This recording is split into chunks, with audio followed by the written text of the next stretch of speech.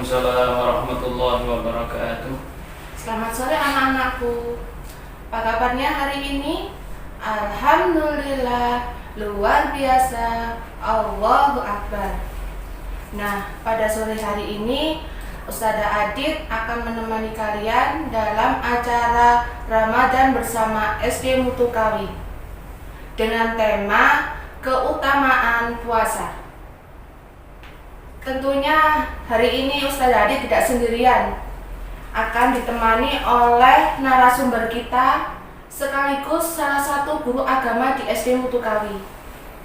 Ayo, siapa yang sudah tahu? Nah, benar, Ustadz Saiful Anwar SPDI. Assalamualaikum Ustadz. Waalaikumsalam warahmatullahi wabarakatuh. Apa kabarnya? Alhamdulillah sehat, tetap semangat. Tetap semangat. Dari mana Ustadz ini tadi kok masih sepertinya habis pulang sekolah atau gimana? Ya alhamdulillah tadi kebetulan pas ada kegiatan di luar sehingga setelah pulang dari sekolah melanjutkan kegiatan. Lanjut lagi kita berbincang-bincang sore hari ini Ustaz Adit. Alhamdulillah ya masih semangat walaupun dalam kondisi puasa. Ya harus semangat.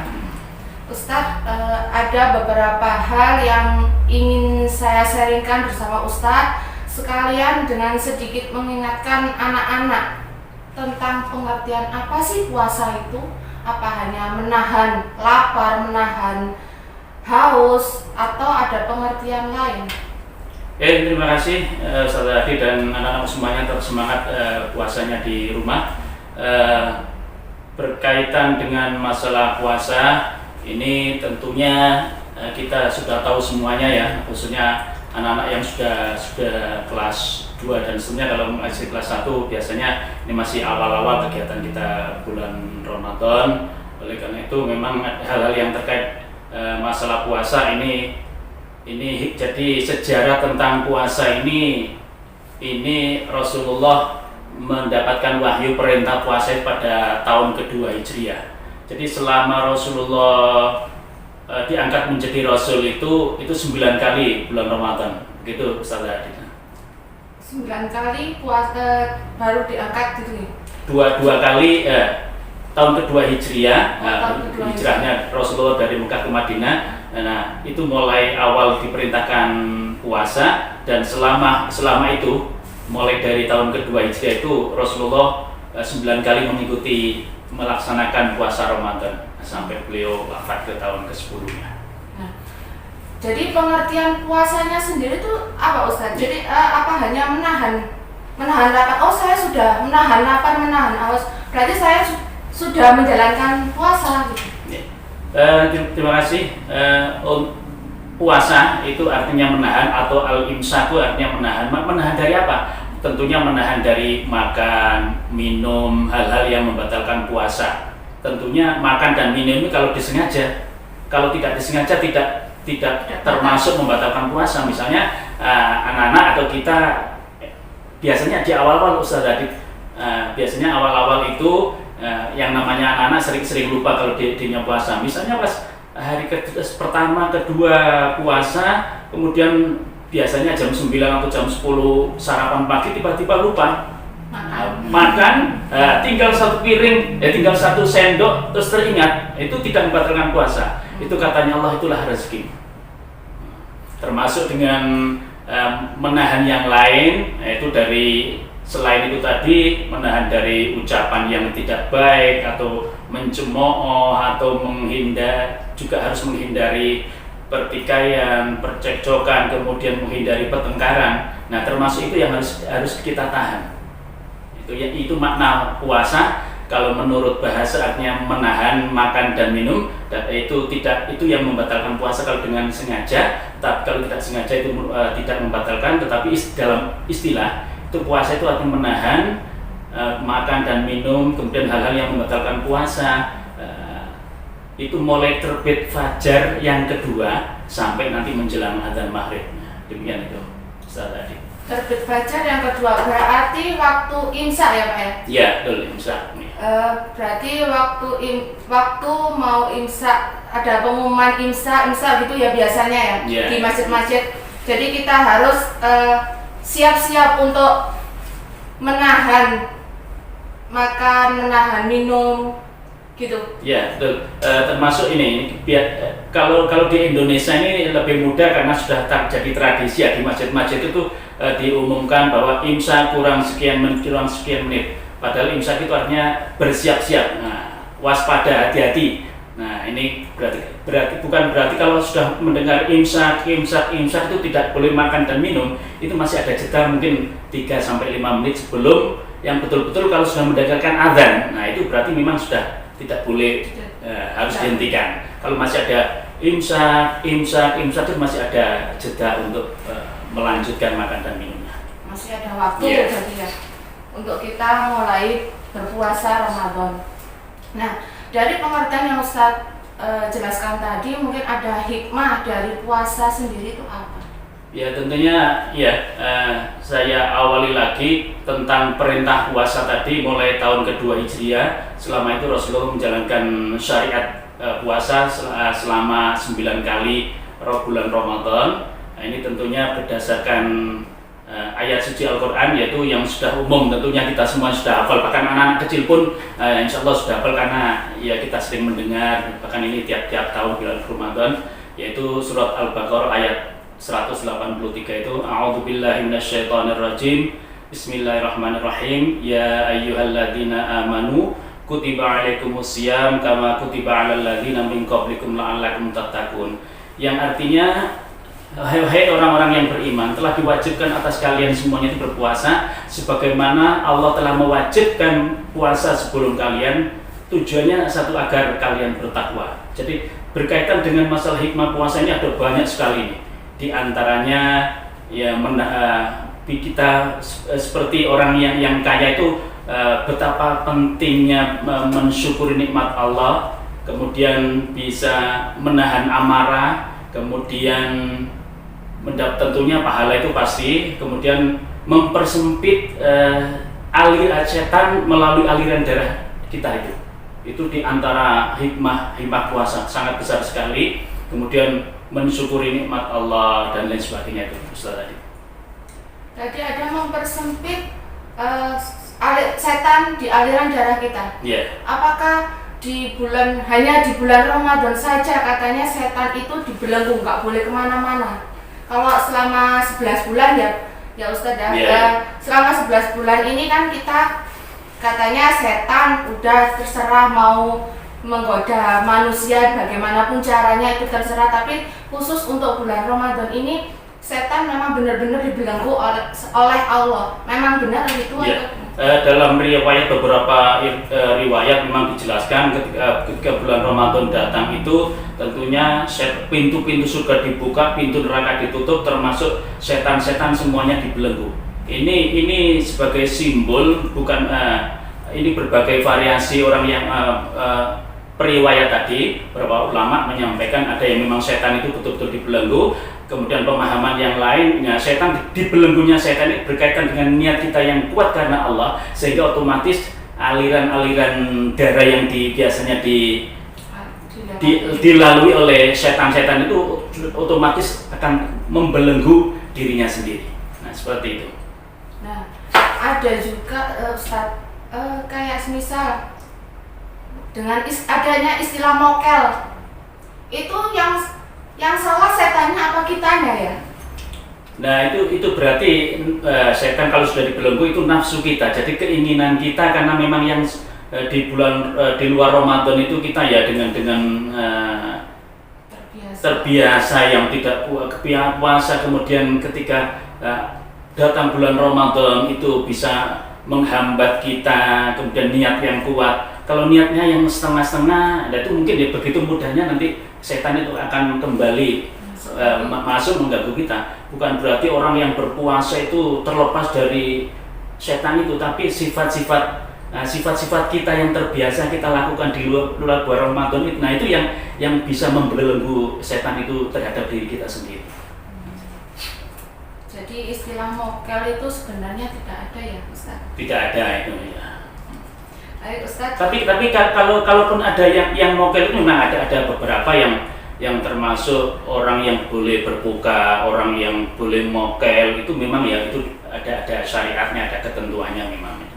Tidak serta merta kemudian mokel tidak ada, ya tentunya ada alasannya semuanya itu. Jadi tidak apa ya, tidak semua orang boleh mokel, nggih. Ya tidak, iya. Harus ada syarat-syaratnya. Selama orang itu mampu, baik secara fisik, terutama memang harus sehat ya. Ketika itu sehat, memang tidak ada alasan apapun untuk membatalkan puasa, kecuali ada beberapa yang memang mendapatkan rukhsah keringanan dari Allah. Misalnya dalam perjalanan yang itu membutuhkan waktu dan tenaga, kemudian fisiknya, kemudian pikirannya, sehingga tidak dipaksa, kalau dipaksakan malah mengganggu kondisi kesehatan kita. Nah itu boleh membatalkan puasa. Nah, tetapi dengan catatan, kalau bagi orang yang musafir itu boleh meninggalkan puasa, boleh membatalkan puasa dengan catatan nanti harus diganti puasa yang ditinggalkan di luar bulan Ramadan. Tetapi ada beberapa yang memang tidak diperkenankan puasa, misal diantaranya ibu yang mengandung atau menyusui. Nah ketika itu, tapi itu berdasarkan bukan pemikirannya kita sendiri. Misalnya seorang ibu itu saat itu waktu mengandung atau menyusui tidak bisa, saya menyusui atau saya mengandung tidak mampu, tapi yang itu berdasarkan konsultasi dengan dokter. Sekiranya nanti ini membahayakan kesehatan kandungannya, bayinya, nah itu berarti tidak boleh berpuasa. Nah, tetapi dikhawatirkan nanti misalnya ketika melahirkan kemudian menyusui, datang lagi bulan Ramadan belum sempat nyaur misalnya, ya itu harus berarti ada rukhsah lagi, keringanan lagi dari Allah, mendapatkan dispensasi, harus mengganti dengan membayar fidyah 1 hari memberi makan 1 orang. Nah termasuk orang-orang yang sudah lanjut usia, termasuk orang yang bekerja berat, misalnya tukang beca dan sebagainya. Nah itu tidak lagi mendapatkan, kalau bagi yang mampu itu memang harus membayar fidyah. Bagi yang tidak mampu, sudah bekerja keras kemudian tidak mampu, ya diringankan oleh Allah. Seperti itu. Ya, seperti ibu hamil, ibu menyusui itu ya, kan dibolehkan tidak berpuasa dengan membayar fidyah. Nah, tapi apa dengan kita semisal sudah membayar fidyah, kita masih diwajibkan untuk nyaur tadi? Tidak diwajibkan nyaur lagi, karena sebagai nyaurnya tadi membayar hutangnya tadi dengan membayar fidyah itu.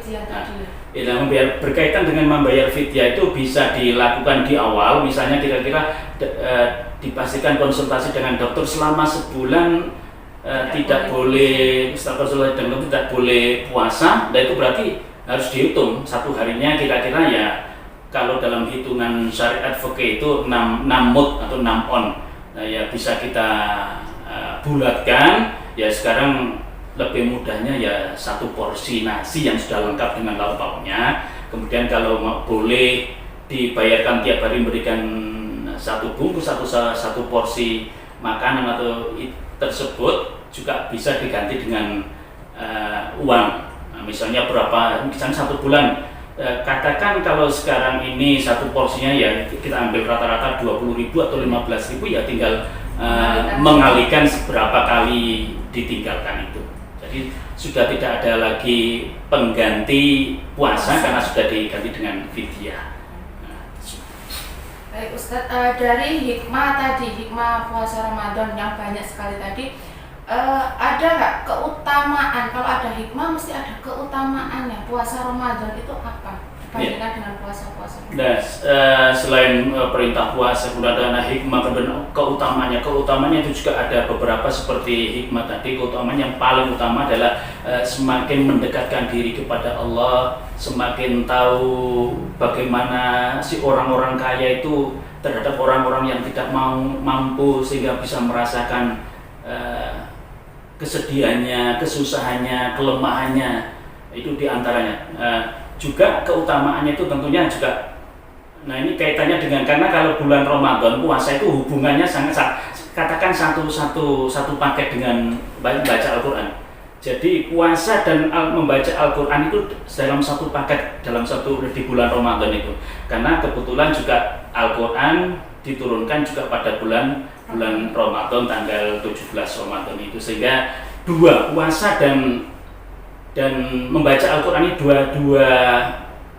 dua ibadah yang bisa memberikan syafaat pertolongan kepada kita nanti di hari kiamat. Nah, seperti yang sudah dijelaskan di dalam hadis Rasulullah SAW. Jadi dua ibadah, puasa dan membaca Al-Quran ini dua-duanya termasuk ibadah yang bisa memberikan pertolongan syafaat nanti di akhirat. Nah. Saya pernah dengar juga Ustadz, kalau waktu kita puasa Ramadan, kita membaca Al-Quran, satu huruf itu bisa dikalikan dengan insya Allah 7 kali pahala ya? 10, 70, 700 bahkan tidak terhingga. Nah, ya, seperti itu ya.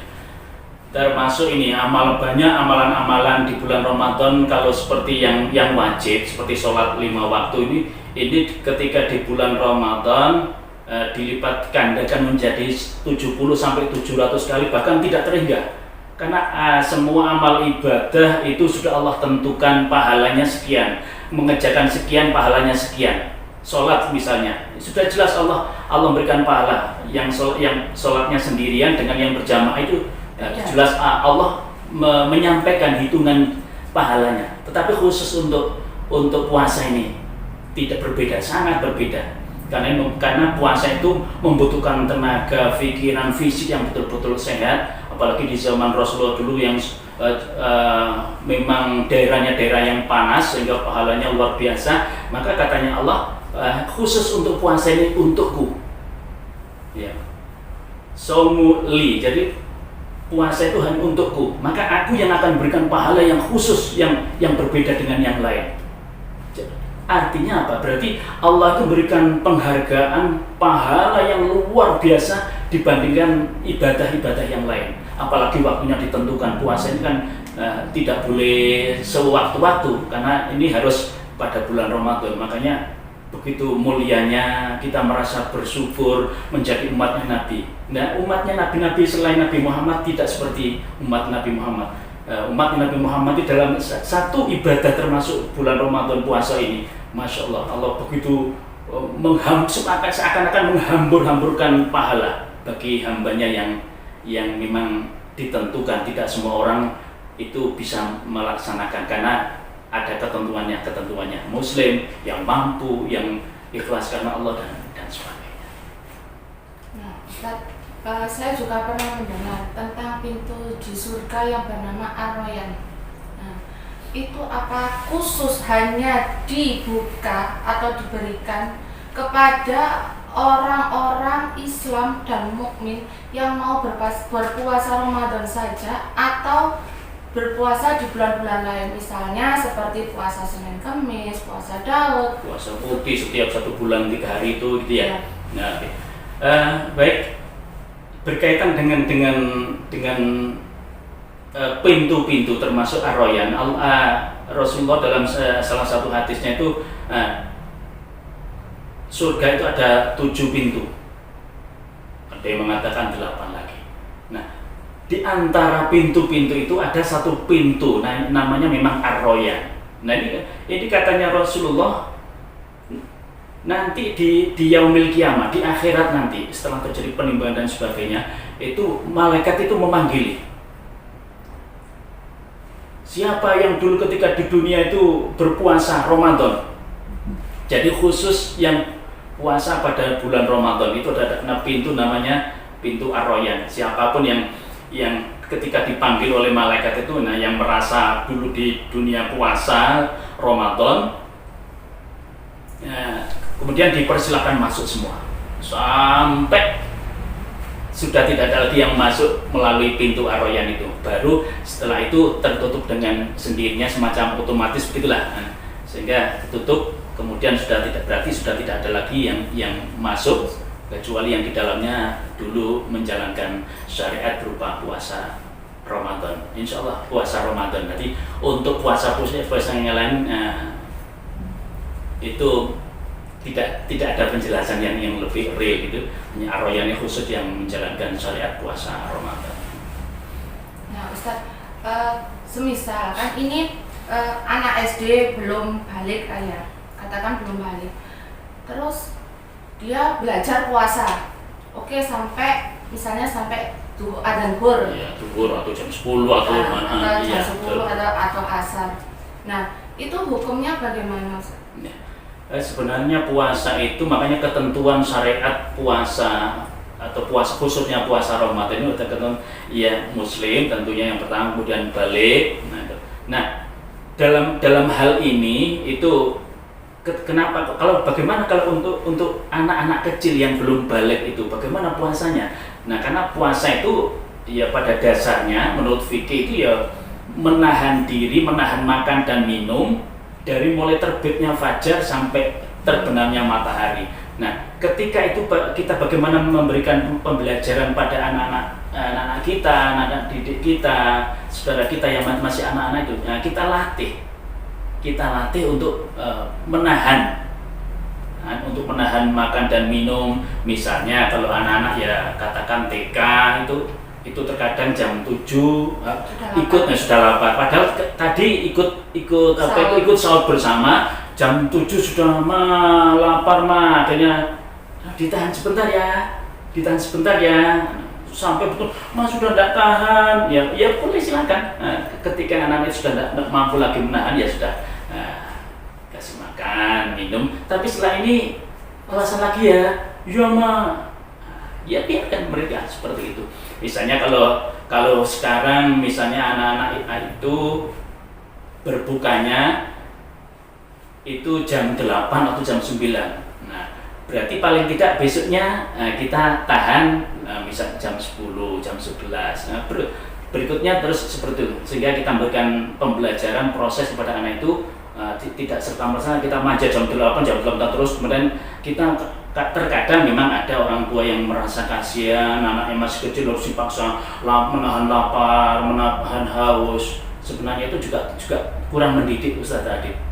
Karena ya satu sisi memang ya kasihan ketika anak itu sampai lapar, sampai haus, tidak kayak gitu kita berikan. Tapi dalam rangka untuk memberikan pembelajaran proses anak ini supaya terbiasa melakukan kebaikan terutama masalah puasa ini, berarti harus mau tidak mau harus sedikit memberikan strength pada anak-anak itu untuk bisa menahan. Kalau hari ini bisa jam 10, besok misalnya jam 11 atau zuhur, ditambah lagi sedikit.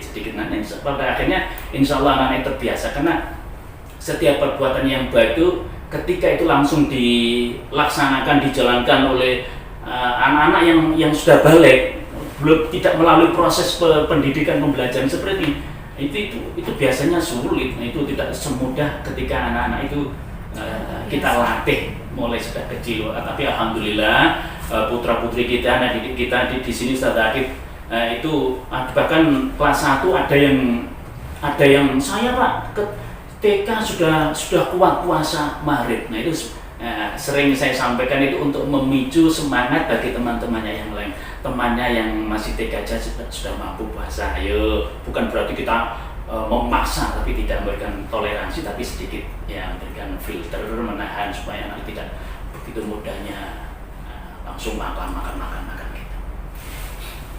Berarti itu ya memberikan waktu untuk mereka belajar. Ya, betul ya. Tapi secara berkala.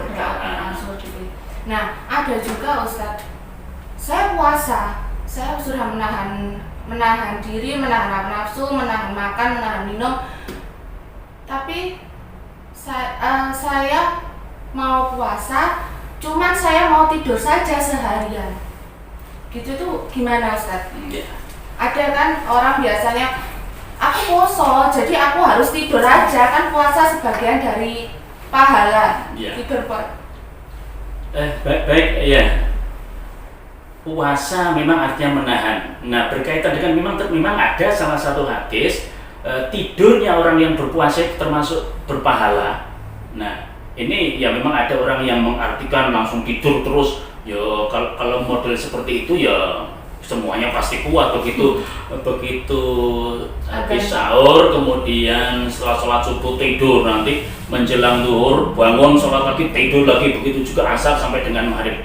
Nah, itu artinya berarti kita tidak bisa memberikan pembelajaran pendidikan kepada anak Yang dimaksud dengan puasa itu tentunya tidak tidur terus, tapi juga beraktivitas semampunya kita, termasuk menahan itu ya memang, kecuali ada orang-orang tertentu ada yang memang itu bisa memilih itu kegiatan-kegiatan yang menimbulkan mudarat atau ketidakbaikan atau mengurangi pahala puasa, ataupun dikhawatirkan nanti tidak bisa menjaga lisannya, pikiran dan hatinya. Ya memang itu ada pilihan, lebih baik tidur daripada melakukan hal-hal yang itu mengurangi nilai pahala puasa. Ya memang termasuk Rasulullah.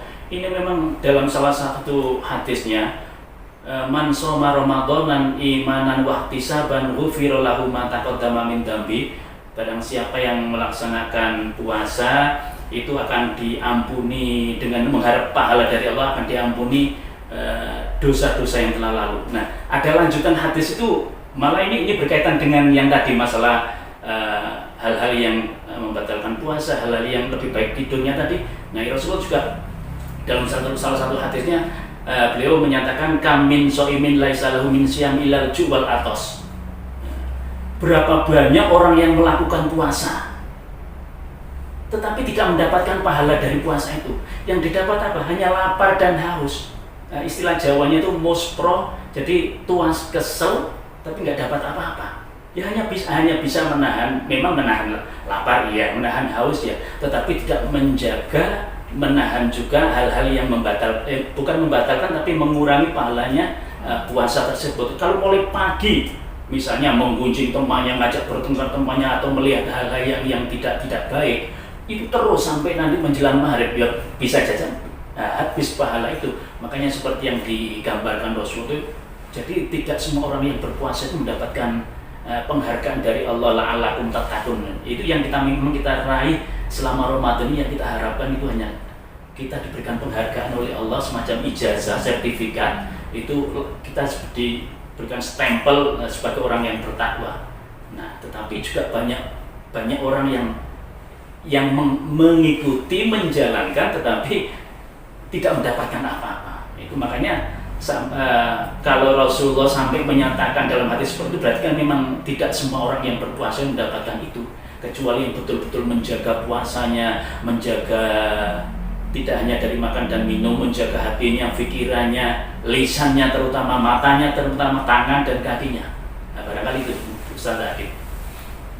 Baik, itu tadi sedikit obrolan kita dengan Ustadz Saiful tentang keutamaan puasa di bulan Ramadan, dari pengertian, hikmah, keutamaan, serta dalil-dalilnya. Dan sekali lagi saya ucapkan terima kasih Ustadz. Sama-sama Ustaz Aditya. Sudah menemani kita kurang lebih 30 menit ya. Tetap semangat Ustadz. Oh, harus tetap semangat. Walaupun kita masih berpuasa. Semoga apa yang sudah disampaikan oleh Ustadz Saiful tadi bisa menambah keilmuan untuk kita semua. Amin. Amin ya rabbal alamin. Billahi taufiq wal hidayah. Wassalamualaikum warahmatullahi wabarakatuh. Waalaikumsalam warahmatullahi wabarakatuh.